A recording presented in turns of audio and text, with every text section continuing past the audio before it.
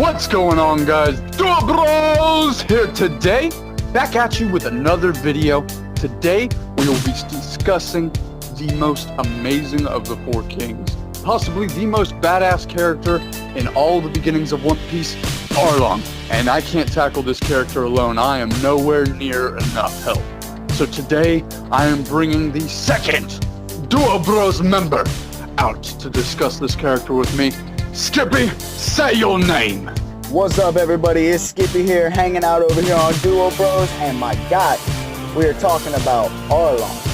That is who we are discussing today. So, Duo Bros, what about Arlong? What's going on with him? Well, we don't really know what's going on with him in the current story. He hasn't been mentioned in years, and I mean years. We haven't seen him since Luffy defeated him way back in the East Blue. But for a character introduced at that time, he had a bounty of 20 million berries. That's a big deal. That is no joke. That is something we hadn't seen before in the story. Oh yeah, and coming from one of the East Blue members, he has the highest bounty coming out of the East Blue. Like, one of the highest bounties to even be thought of over there, let alone settled in the East Blue the way he was. Exactly. I think, well, the highest bounty we knew at that time was most definitely Don Craig, right at 17 million, which was 3 million less than Arlong's. And Arlong had been hinted that he was the true ruler of the East Blue, but Arlong and Don Craig are kind of right there in the power level. Oh yeah, I completely agree. Arlong, that man, the only real thing I can see that Don Craig had over him is the fact Don Craig had all that armor and everything else. Exactly. That'd be a little bit tougher for him. But if Arlong could get him in the sea, that's all it would take. Agreed. So what do you really think of if Arlong actually went up against Kuro? Who would win that fight? That would, I feel, would mainly depend on where they're at.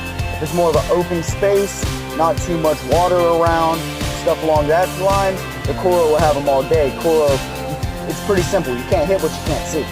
Exactly. I agree with that. I agree that it's all up to strategy, and Kuro takes that all day long. Oh, now, of course. if it's destination, Arlong can have it easily.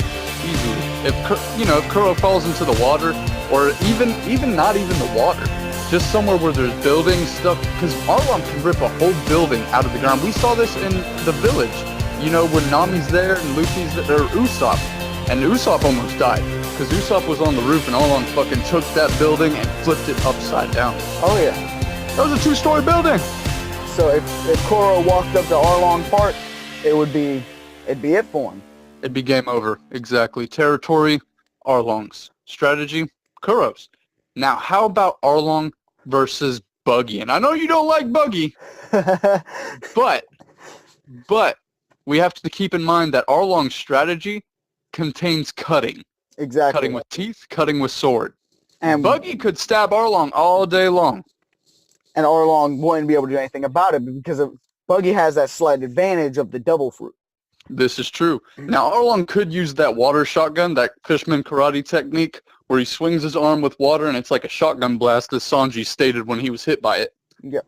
So, he hit Buggy with that. It would be a tough game. It would be a tough game, but I think Buggy would win. And Buggy also, you'd have to look at the fact that Buggy has a lot more experience with higher up end people. While yes, Arlong did fight Kizaru back when he was a vice admiral, but everybody saw what happened with that. He got punctured right through the chest with a wall. It wasn't even a fight. It was just a blast of light through the chest, and Arlong busting out in tears, not being able to do nothing. Very true. Now, as far as theories go, I've been thinking. I think Arlong and Buggy are right there as far as forgotten bounties. Because if we look back, Arlong was part of the Fishman Pirates. Yep. Not like some little subtrait like Horty. He was part of the original Fishman Pirates under Fisher Tiger. Yep. And he was the third in command, next to Jinbei. And he thought very highly of Fisher Tiger, probably more than most of the crew did. He almost worshipped Fisher Tiger for his strength and just the way he presented himself, just his thought process, his beliefs. He thought really, really highly of Fisher Tiger. Oh yeah, and I do too. The man's a legend. He broke into Meriwau and fucking broke all the slaves out. That was an impossible task. And even to this point in the anime, the manga, all of it, nobody has yet to do that. Fisher Tiger is still the only one known to bust in there like that. That's amazing, isn't it? That Fisher Tiger, a fishman, freed all of those slaves, including Boa Hancock. And Arlong was part of that man's crew. And the hate that Arlong feels, you know, is kind of hypocritical to the deeds that Fisher Tiger did. Yeah. I mean, it's strange that Arlong turned out the way he did. You would think, oh, Arlong sees humans as, you know, peasants or pests, but in reality, he should think of them as equals. Exactly. But it's just the way his mindset is. It's guided pure off rage, off of anger, and he just keeps letting those thoughts eat at him. The fact that this happened because of these people.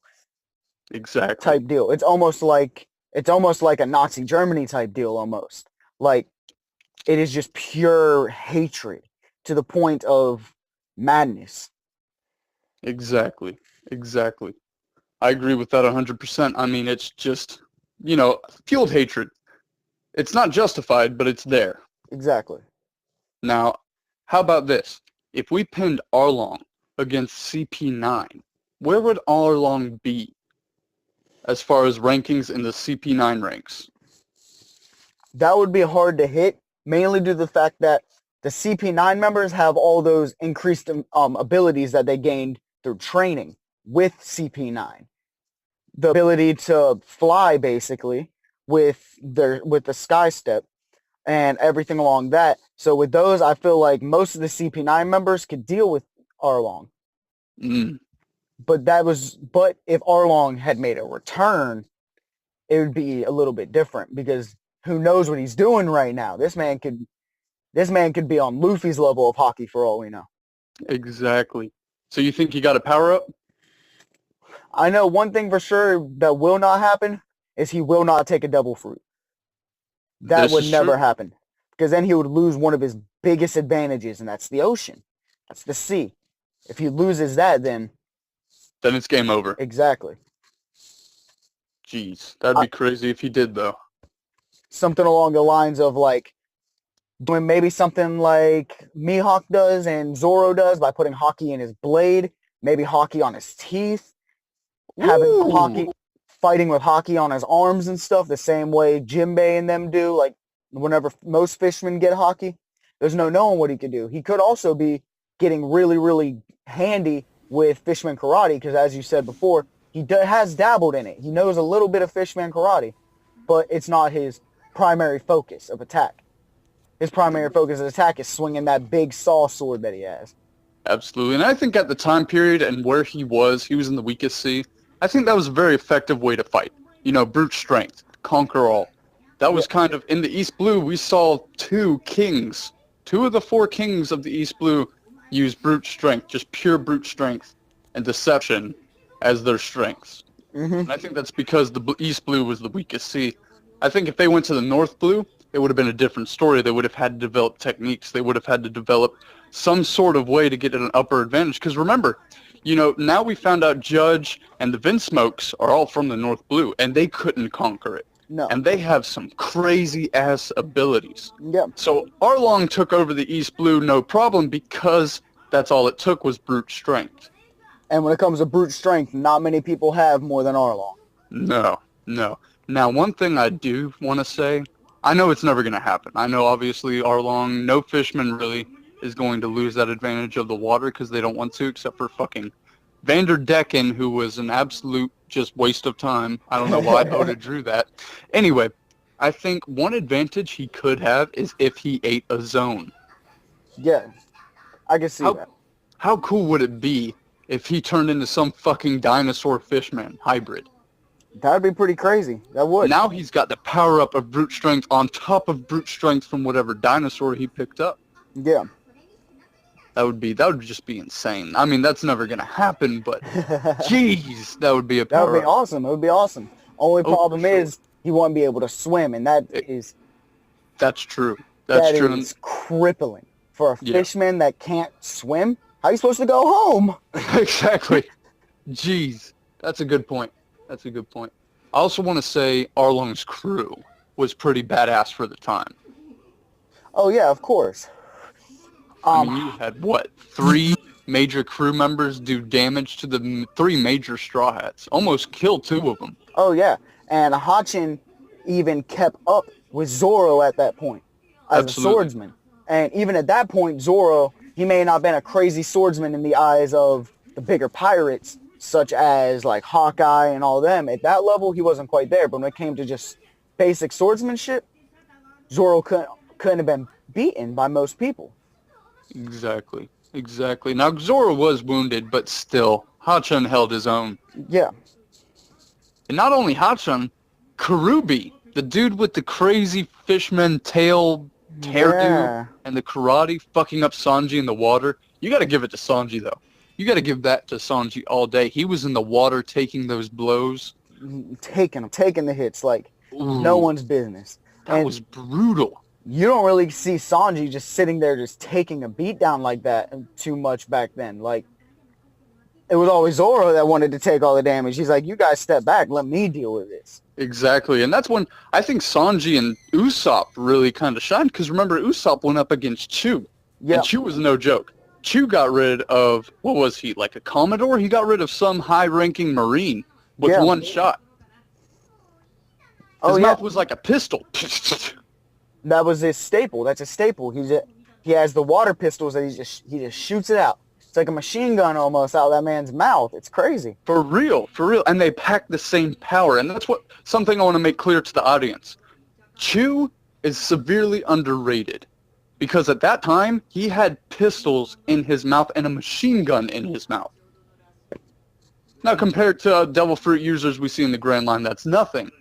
But compared to the lower-ranking East Blue pirates we saw, oh, that's a cut above the rest. Oh yeah, he's probably Arlong out of the East Blue. Arlong's pirate crew as a whole is probably just leaps above the rest of the pirate crews you see. because Thank you. Most Exactly. most of the pirate crews, their captain, dope. But their crew members, it's like Oda just kind of threw them together. Like, he was just like, let's just give them these, it'd be decent. But with Arlong, he's like, we need to give him an actual crew because these are former Sun Pirates we're talking about here. Exactly. Exactly. Hence Buggy, hence Kuro, no real crew members.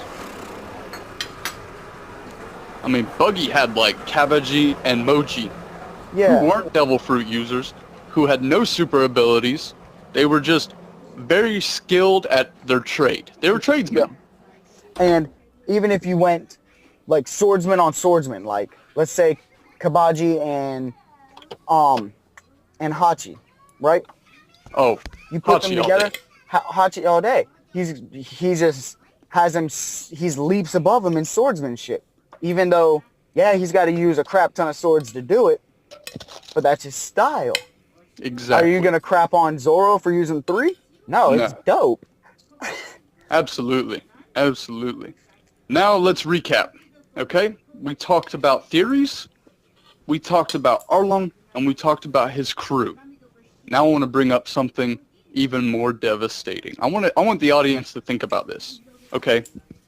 If Arlong came back with armament, he came back with observation, could he have the possibility to come back with conquerors? I can almost see it. I can almost see him come back with conquerors because if you really look at his personality and how it is, he can get people to almost blindly follow him without This is true. conquerors. This is true. Just with his words, he's just like, this is my beliefs. I'm just going to give it to you straight, up front, 100%. Follow me if you want, die if you don't. Exactly. And not only that, people follow. not only that, the man hasn't been mentioned in 10 plus years, and he is still easily in the top 20 most loved One Piece villains, even characters.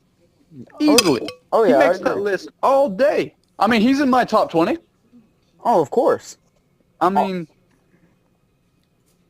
I think this is substantial because of where he was in the story of One Piece. I think this is when One Piece started hitting its stride, was right when Arlong was kind of introduced. Yeah, it's like the rest of the arcs right before that, kind of, it hit, Meh. but it didn't hit as hard. The second the Exactly. Arlong Park one hit, you get to see Nami really for the first time and get into that. You really, truly, like, get to see Luffy as a captain and how he really treats other people throughout that. You see it, you know, the basics gist around it with Usopp and Zoro when he saves them, but the way he treats Nami, bringing her into the crew, was almost life-changing because she tried to rob them. She tried doing all this to the Straw Hats, and he was just like, that's in the past, you know? Even though it just happened, it happened. Yes. Join my crew. We're friends now.